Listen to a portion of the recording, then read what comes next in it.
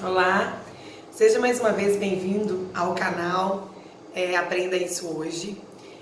Nós estamos com o segundo vídeo de alguns vídeos que eu pretendo fazer sobre disciplina na sala de aula. O livro que a gente está acompanhando, pegando as instruções nesse momento, é um livro que foi escrito há bastante tempo pela Jane Nelsen, Lynn Lott e o terceiro autor que eu já comentei com vocês no vídeo passado, Stephen Glenn, que não mais está vivo. As duas primeiras autoras continuam vivas, produzindo, trabalhando lá nos Estados Unidos, onde elas residem. E esse livro, Disciplina na Sala de Aula, é um livro encorajador para nós da área da educação. Seja qual a linha de educação a gente pretende trabalhar, né? Dos pequenininhos aos adolescentes, como lidar no dia a dia na sala de aula. Essa é a ideia aqui. Hoje eu quero discutir com vocês as habilidades sociais e emocionais. Nós todos concordamos que é importante para uma criança ter habilidade social, fazer parte de uma sociedade, como seres ativos, participando, produzindo, cooperando. Todos nós queremos isso, pais e educadores. No entanto, nem sempre a gente tem feito estratégia eficiente ou criado estratégias ou seguido alguma estratégia eficiente para esse fim. Então a gente espera ensinar muitas vezes as disciplinas que a gente está proposto a ensinar, mas no entanto as habilidades sociais que essa criança precisa desenvolver, nós estamos estimulando pouco ou nada, né, no ambiente da sala de aula. Além das habilidades sociais, as habilidades emocionais, né? Vimos aí muitos adultos ou pessoas chegando na fase final da vida sem grandes habilidades emocionais. Elas são totalmente guiadas por sua emoção. Isso ter a emoção, sentir a emoção é humano, é natural. Porém, ser guiado, ser conduzido por suas emoções é que pode ser prejudicial. Porque as emoções, elas são impetuosas, elas são devastadoras em alguns momentos e as emoções elas não passam pelo racional, né? Ela é instintiva, eu sinto e eu parto em direção à execução de alguma coisa baseado na minha emoção. Se a gente se controlar apenas pelas emoções, se a gente não tiver um autocontrole e fazer as nossas emoções serem submetidas à nossa razão, nós não vamos conseguir nos comportar bem socialmente. Então, no momento que alguém me desagradar, eu já falo qualquer coisa, eu já sou agressivo com a minha atitude, ou enfim, eu não consigo desenvolver um relacionamento saudável com as pessoas da sociedade, que vão pensar diferente de mim. E atenção, todo mundo vai pensar diferente de você em alguma questão, em algum momento da vida. Então, nós temos que estar preparados para sermos contrariados, para ter um relacionamento com pessoas que comportam-se diferente da gente e que pensam diferente da gente, né? E a gente tem que controlar as nossas emoções diante desses fatores adversos. Bom, então o que esse livro vem a nos ajudar hoje? Quero compartilhar com vocês um novo olhar para obter o sucesso na sala de aula, um lugar que é coletivo, diversificado, separado da família. Então ali não tem a presença da autoridade familiar, né? O ambiente da sala de aula, a criança ela não tem aquele respaldo, né? Daquela presença de autoridade como ela tem em casa. E a criança então precisará fazer algumas coisas, como compreender como é conviver com o outro. Para a gente compreender como é conviver com o outro, a gente vai ter que aprender a abrir mão de algumas coisas mais egocêntricas, algumas coisas que a gente está habituado a fazer quando a gente está sozinho.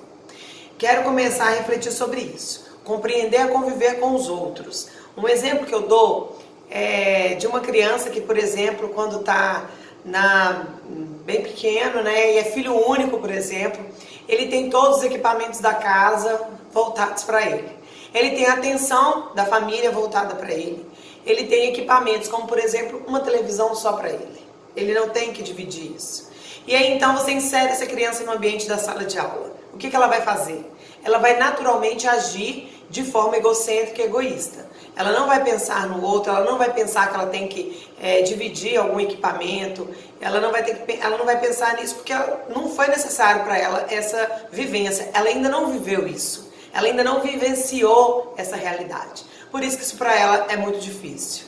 Esse exemplo que eu estou dando, na verdade, é um exemplo muito prático, muito comum, e a gente tem que ter bastante firme esse olhar, né? Essa maturidade como profissional de olhar para essa situação. É muito comum a gente ver o filho único, né? O neto único, aquela pessoa que tudo foi para ele, de repente ele é introduzido na educação infantil no ambiente escolar e ele tem que começar a dividir o espaço, dividir a atenção do professor, dividir o tempo. Vai ter a hora de falar e a hora que eu não posso falar porque o outro está falando. Então tudo isso é necessário. Para tudo isso é necessário saber conviver em coletividade. Bom, uma coisa que eu quero observar nesse momento é que você geralmente estipula um quadro de regras para essa criança começar a aprender a conviver. Então você vai colocar um quadro de regras. Muito comum a gente entrar numa sala de aula e encontrar lá um quadro com as regras pré-estabelecidas. Aqui nessa sala um conversa de cada vez, aqui nós não podemos ocupar a carteira que é do outro, a cadeirinha que é do outro. Eu já vi sala de aula onde eles colocam o nome e a foto da criança na cadeira para ela ter a sensação de que aquela cadeira é dela enquanto ela está ali na escola. Eu já vi várias estratégias sendo usadas. Bom, eu não invalido essa questão e nem o livro Disciplina Positiva na Sala de Aula não invalida totalmente os combinados, desde que a criança tenha participado da autoria desses quadros, tá? Já falei no vídeo anterior um pouco sobre isso. Muito cuidado na hora que a gente, adulto, assume brilhantemente a ideia. Eu quero fazer um quadro de regras, porque toda vez que eu precisar, eu vou apontar para aquele quadro de regras e minha criança vai se lembrar. É ótimo, é brilhante, é válido. Mas a criança pode ainda ter um pouco de rejeição com aquelas regras. Ela pode, no momento que você estiver aplicando o quadro de regras, mostrando para ela, apontando, relembrando, ela pode ainda te questionar a validade daquele quadro de regras. Ela faz isso porque ela não é autora dele. Esse quadro de regras foi simplesmente uma imposição. Sabemos que em muitos ambientes da vida a imposição de regras será feita. No entanto, para a criança, para funcionar melhor, é bom que ela também tenha participado da execução desse quadro de regras. Deixe de lado a preocupação tão estética, né? Ah, não, mas eu vou fazer o quadro porque com as minhas palavras e com o meu desenho, com a minha letra, fica muito melhor. Realmente fica muito melhor porque você já tem habilidades estéticas mais avançadas que as suas crianças pequenas, né? Mas pensando na validade desse quadro de regras, né? Seria melhor a gente colocar as nossas crianças para confeccioná-lo. Ainda que a gente supervisione, né, os errinhos ortográficos lá, supervisione um pouco da estética, ofereça o material que você acha mais adequado, enfim, ainda que você participe, deixe a criança construir não só o quadro em si, mas as regras. Você pode levar a sua turma a refletir sobre isso. Quantos concordam que no momento do vídeo, lá na brinquedoteca, a gente deve ficar sentado para que todos possam ver a televisão? Então você está levando as crianças a concordarem, não é verdade? Alguém em pé na minha frente é ruim. Só que então na hora de construir as regras, ele pensa muito em se beneficiar com quadros de regras, né? O que é bom para si. Mas aí no dia a dia, quando você for aplicar, a criança vai percebendo, opa, esse quadro eu também tenho que cumpri-lo, para que ele seja válido para o meu colega, né, para o meu próximo. Então, dessa forma, é a melhor maneira que a disciplina positiva nos orienta de fazer mesmo o quadro de regras pré-estabelecidas com a participação das crianças, ok? Segundo ponto, controlar as emoções. A criança pequena, quanto menor, mais descontrole ela vai ter emocional. Na verdade, gente, ela tem um descontrole ainda neurológico muito grande. Ela vai aprender por volta dos 2 aninhos, né, a controlar o esfíncter, os esfíncteres, e aí então ela vai começar a ter um controle neurológico melhor sobre o que é básico. eu vou fazer cocô, vou fazer xixi na hora que eu quero, do jeito que eu quero. Eu não vou ficar fazendo na roupa de qualquer jeito. Então olha que habilidade difícil, né, que ela teve que aprender. E assim também várias habilidades neurais mesmo. O sistema neurológico dela está em desenvolvimento. Então ela tem que aprender tanta coisa que ela tem que aprender, né? E a gente vai estimulando, a gente vai conversando, olha, xixi, cocô, é no vaso, tá? É assim, quando você quiser, você fala pra titia que eu te ajudo a tirar sua roupa. Então, até pra criança pequena, a gente ensina tudo, todos nós fomos ensinados assim. Então, na questão emocional, também temos que trabalhar algumas estratégias que elas vão poder lançar mão quando elas estiverem bem treinadas, e aí então elas vão ter uma demonstração de controle emocional, que é o que a gente quer ver. A gente quer ver uma pessoa controlada emocionalmente. A gente quer ver que quando aquela criança for frustrada, for ganhar um não, né, inevitável, ela vai ter uma boa resposta. Ela não vai se magoar, ela não vai se irritar, ela não vai quebrar nada, não vai se jogar no chão. Enfim, é o que a gente quer ver, é o resultado. Mas para isso a gente tem que plantar antes, né? Que é a estimulação adequada desse controle emocional.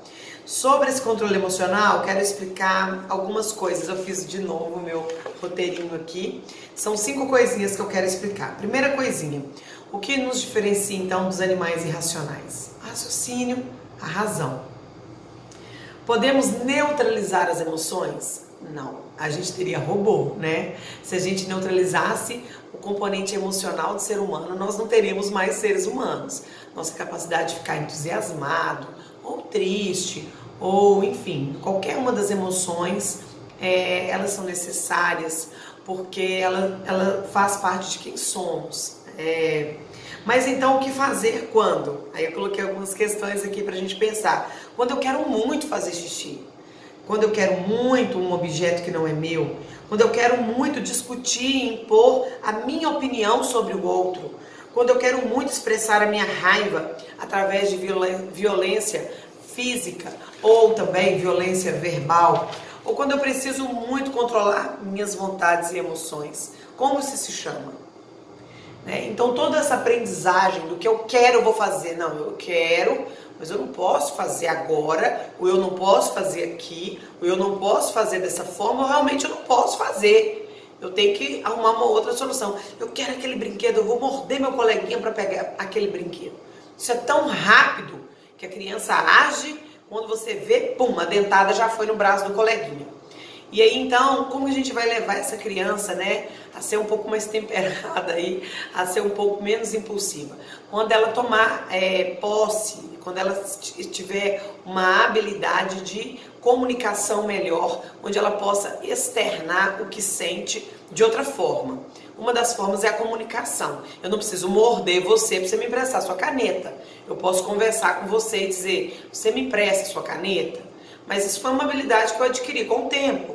Quando eu era pequenininha, provavelmente eu peguei a caneta sem pedir, ou eu realmente agi com alguma violência, alguma coisa física mesmo, né? Pode ter acontecido. Então a gente tem que desenvolver essa habilidade. Como se chama isso? A inteligência emocional, né? O quanto de inteligência emocional nós temos vai nos dizer o quanto nós somos capazes também de controlar essas emoções. E como eu consigo isso? Com treino, com treinamento. Que recurso eu posso usar com as crianças para treinar e desenvolver a sua inteligência emocional? Vários recursos, várias ferramentas. Hoje eu vou lembrar aqui vou dar 3 dicas rapidinho dessas habilidades. Primeiro, conversar diretamente sobre o assunto. Conversar indiretamente sobre o assunto, que é o que funciona melhor com criança, antes do momento da crise. E também relembrar momentos de sucesso. São essas 3 ferramentas que eu escolhi hoje para a gente já começar a refletir sobre elas e colocar em prática. Primeiro, conversar diretamente perguntando, tá? O que vocês acham que acontece quando alguém pega o brinquedo da mão do colega? E deixa a criança pensar e deixa a criança responder. Quem concorda que devemos separar grupos para o laboratório sem deixar nenhum colega sem grupo? Então eu estou levando meu aluno a refletir antes da ação. Porque essa ação se dá quando eu preciso dividir a turma em grupos, mas aí, inevitavelmente, eu tenho que incluir alguém que não é do costume daquela criança, daquele pré-adolescente conviver, e eu vou às vezes excluir uma criança que ele gostaria que estivesse no grupo. Então essa questão gera polêmica na sala de aula. Como que eu faço para não ter esse problema? Antecipo. Antes de dar minha aula de laboratório, antes de dar meu trabalho em grupo, antes de fazer o meu projeto, que eu vou separar em grupos, enfim, no projeto, no andamento daquele trabalho, antes da crise, eu já coloco para as crianças: quantos de vocês acham então que é bom fazer assim, assim? E ali eu estou incutindo a minha solução de uma vez, ou a minha visão de uma vez. Qual é a visão da Fernanda? É que não pode ficar ninguém de fora. É que não adianta, eu não posso fazer, se são um grupo de 4 crianças, eu não posso deixar uma criança sozinha sem grupo algum. Então isso eu já estou levando a turma para refletir, e eles são moralmente muito corretos, eles vão responder: não, realmente, a gente não pode deixar ninguém sem grupo. Pronto, já desarmei. Quem arrumar muita confusão já não vai mais arrumar tanta confusão, porque já foi desarmado, porque ele mesmo já se desarmou, né, com a reflexão. Dessa forma eu vou evitar panelinha, vou evitar bullying, vou evitar um monte de coisa. Segunda dica: quando eu posso conversar indiretamente. Isso funciona melhor para crianças menores, ou para quando você tem aquele adolescente ou aquela criança já bem que não está aguentando mais sermão, não está aguentando mais nenhuma questão assim, né, tão direta. Você vai trabalhando com ele indiretamente. E aí então eu posso usar exemplos fictícios, às vezes até exemplos reais. Aproveite quando você tiver oportunidade. E também histórias. As histórias são ótimas, né? Porque não é sobre mim, é sobre um personagem. Ela não está jogando indireta para mim, mas no entanto a criança está assimilando ali a reflexão que precisa ser assimilada, né? Ela está fazendo a aprendizagem ali. Terceira coisa: relembrar momentos de sucesso. Então, você se lembra daquela aula no parquinho, quando todos se comportaram com gentileza? Ah, eu quero ver isso hoje de novo, porque vocês podem, vocês são muito comportados, eu confio em vocês. Toda gentileza no parquinho hoje, eu espero isso de vocês.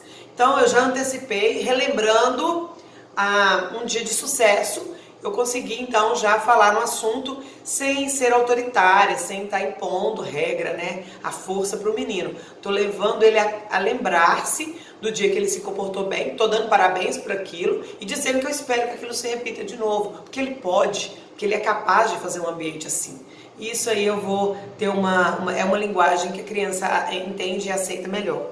Você se lembra daquela aula que sobrou tempo para brincar no gramado? Você se lembra daquela aula que sobrou tempo para a gente contar a história no final? Vocês se lembram? Então eu estou retomando a memória deles e levando-os a relembrar momentos de sucesso. Então essas são as minhas 3 dicas, todas elas apontam para encorajamento. Não é ameaça, não é briga, eu não preciso alterar meu tom de voz, eu não preciso agir com violência na minha voz, mas eu preciso apenas estimular, encorajar, né, com ferramentas mais estratégicas. Ok, seja firme e gentil para conduzir cada criança rumo à maturidade emocional. Foi uma frase aqui que eu interpretei a partir do livro, tá? Tudo isso ainda no primeiro capítulo do livro, tá bom?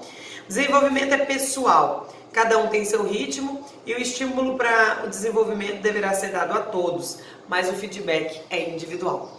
De repente você está achando assim: nossa, Fernanda, mas eu já fiz de tudo e 99% dos meus aluninhos estão indo bem, mas tem um que está sendo desafiador. Bom, para ele ainda não funcionou. Você ainda vai criar uma estratégia que para ele vai funcionar. Porque a aprendizagem ela é totalmente individual. Não importa o tanto que você, do meu lado, tenha compreendido tudo do que a professora ensinou, tudo que ela quis passar, transmitir. Não adianta se você ao meu lado aprendeu, não significa que eu terei aprendido. Então ela é individual. Você dá para todos o estímulo da mesma forma, mas como esse estímulo volta, como é o feedback, como é o retorno, é individual. E aí a gente vai batalhar para todos serem educados, sem exclusão. Nós não vamos deixar ninguém para trás. Ok? Gente, esse é o segundo vídeo, né, da sériezinha que eu tô fazendo de disciplina positiva na sala de aula, tá? No próximo vídeo eu quero falar sobre percepções empoderadoras que ajudam a criança a ter sucesso na escola. Então aguarde o nosso terceiro vídeo. Enquanto isso, vá assistindo, se inscreva no nosso canal, deixe um like para nos ajudar aí. Discordou do vídeo é ótimo, eu gosto também de discordância, porque a gente aprende dessa forma. Deixe seus comentários, tá? Para mim é importante, é rico ouvir a sua opinião. Isso aqui não é para ser só um lugar onde só eu falo, né? Você tem a oportunidade de falar de volta, deixando escrito aí nos comentários a sua opinião. Um grande abraço, até o próximo vídeo.